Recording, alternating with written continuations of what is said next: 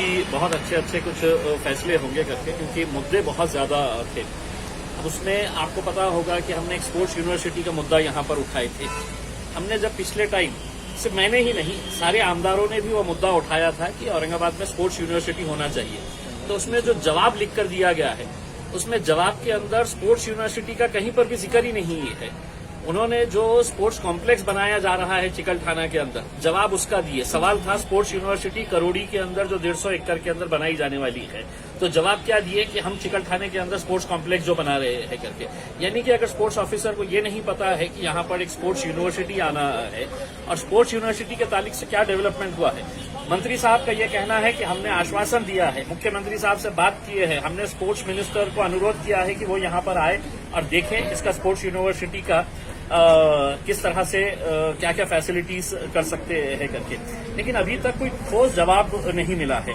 अब ऐसे समय के ऊपर जहां पर एक स्पोर्ट्स यूनिवर्सिटी हमारे हाथ से राष्ट्रवादी कांग्रेस वाले, शिवसेना वाले, कांग्रेस वाले, ये सब है तो औरंगाबाद से पूना लेके चले जाते हैं, तो यहाँ की जनता और यहाँ की राजनीतिक पार्टियां सब खामोश बैठी रहती है। तो अब खबर ये आती है कि भारतीय जनता पार्टी वाले जो औरंगाबाद के लिए पिछले कई सालों से एक पिट लाइन की डिमांड कर रहे थे, वो पिट लाइन अब रेलवे जो मंत्री है दानवे साहब, वो उन्होंने अपने चुनावी क्षेत्र के अंदर, अब हम उनसे ये सवाल करना चाहते हैं कि दानवे साहब, आप देश के मंत्री है या जालना के मंत्री है? अगर जालना के मंत्री है तो आप अगले बार जो है वो आप खासदारकी का इलेक्शन ना लड़ते हुए महानगर पालिका का या नगर पालिका का एक कॉर्पोरेटर का आप इलेक्शन लड़ लीजिएगा।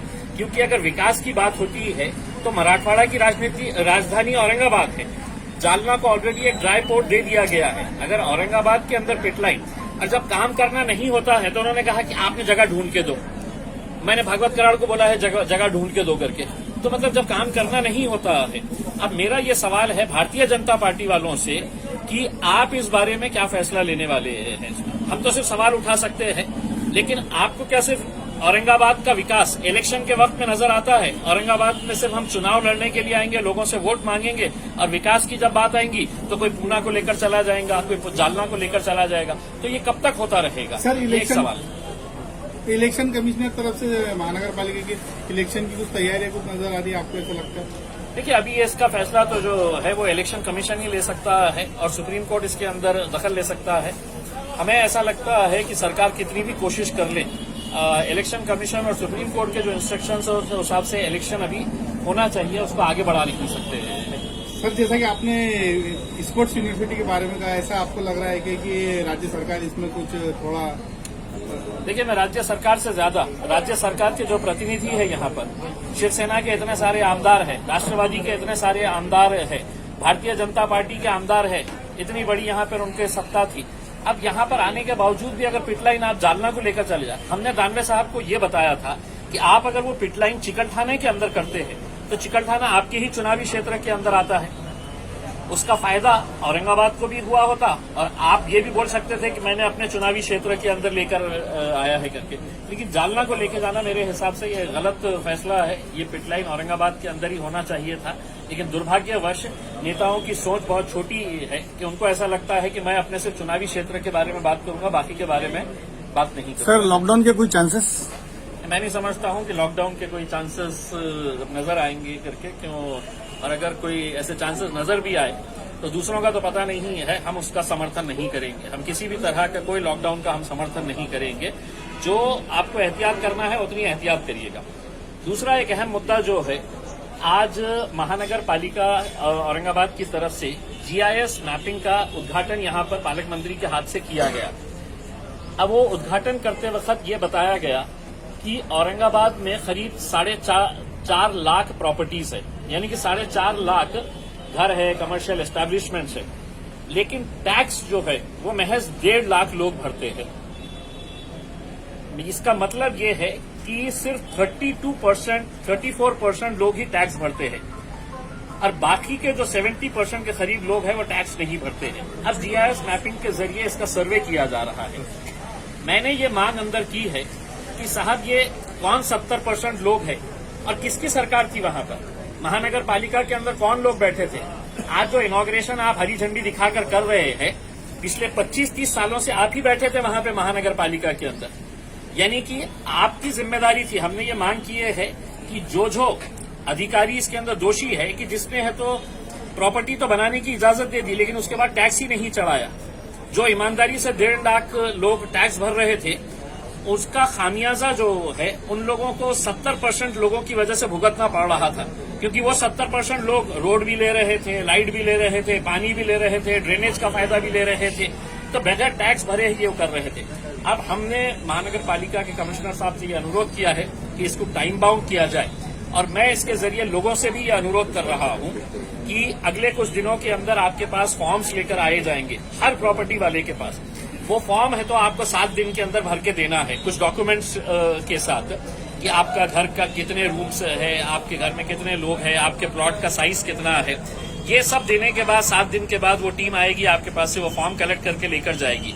जिनके ऊपर टैक्स नहीं है, जिनके पास टैक्स रिसीव नहीं है, उनके ऊपर बहुत बड़ी फाइन लग सकती है। इसलिए मैं लोगों से ये अनुरोध करूंगा कि आप इसको संजीदगी से लें। जो टीम्स आ रही है उनको यूनिफॉर्म दिए गए हैं, उनके पास फॉर्म्स है, वो फॉर्म भरिएगा, वो फॉर्म भर के वापस दे दीजिएगा, क्योंकि अगर बाद में अगर ये पता चला कि आप टैक्स नेट के अंदर नहीं है तो आपको पिछले कई सालों का भी टैक्स देना पड़ेगा। तो इसीलिए लोगों ने है तो इसके अंदर कॉपरेट करें, और हर आदमी को टैक्स नेट के अंदर आना पड़ेगा, क्योंकि अगर आप रोड इस्तेमाल कर रहे हैं, आप पानी ले रहे हैं, आप ड्रेनेज ले रहे हैं, तो आपको टैक्स नेट के अंदर आना पड़ेगा। तो इसलिए महानगर पालिका के कमिश्नर को हमने ये बताया है कि इसको टाइम बाउंड प्रोग्राम बनाकर करे करके।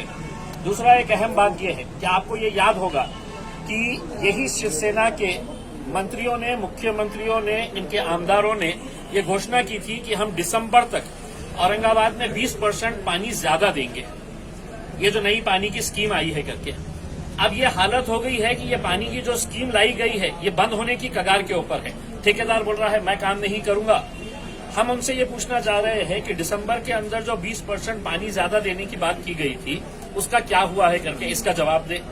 अभी तक यही उसके अंदर उलझे हुए हैं कि पानी जायकवाड़ी से पहले लेके आना चाहिए या यहाँ पे पानी की टाकियां बनाना चाहिए। जिस तरीके से ये पानी का काम चल रहा है औरंगाबाद शहर के अंदर, मैं आपको दावे के साथ कह सकता हूं कि अगले 5 साल भी लग गए तो ये स्कीम कंप्लीट नहीं होगी। जिस तेजी के साथ और जिस दुश्वारियों के साथ ये काम वो लाया जा रहा है उसका, ऐसा होगा तो ये बिल्कुल पानी लोगों को मिलने वाला ही नहीं है। आपको सिर्फ झूठे आश्वासन देते रहेंगे।